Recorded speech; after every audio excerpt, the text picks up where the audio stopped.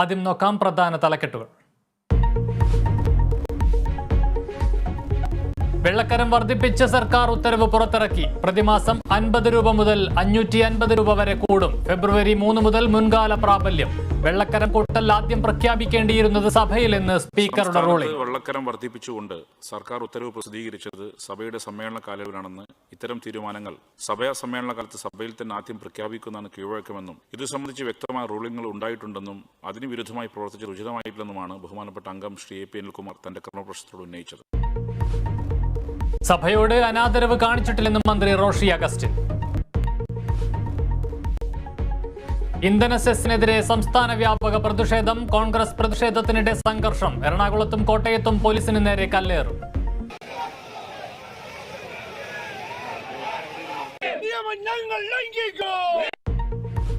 ജലപീരങ്കിയും കണ്ണീർ വാതകവും പ്രയോഗിച്ച് പോലീസ്. തിരുവനന്തപുരത്ത് യുവമോർച്ച മാർച്ചിലും സംഘർഷം.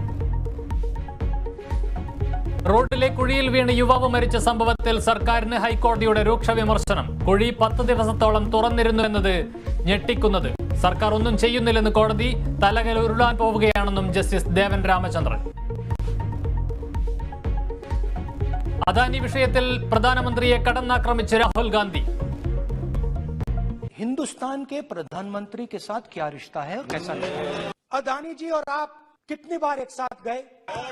And in how many of these countries after you visited did Adani ji get a contract? Adani ji ने BJP को पिछले 20 साल में कितने पैसे दिए हैं?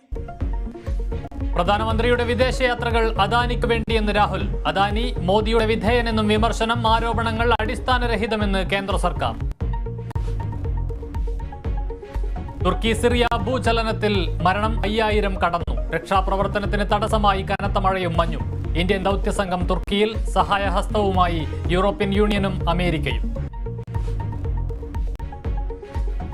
ഇന്ത്യൻ സൂപ്പർ ലീഗിൽ വിജയവഴിയിൽ തിരിച്ചെത്തി കേരള ബ്ലാസ്റ്റേഴ്സ്. സ്വന്തം തട്ടകത്തിൽ ചെന്നൈയിനെ 2-1 പരാജയപ്പെടുത്തി. ജയത്തോടെ പ്ലേ ഓഫ് സാധ്യതകൾ സജീവമാക്കി ബ്ലാസ്റ്റേഴ്സ്.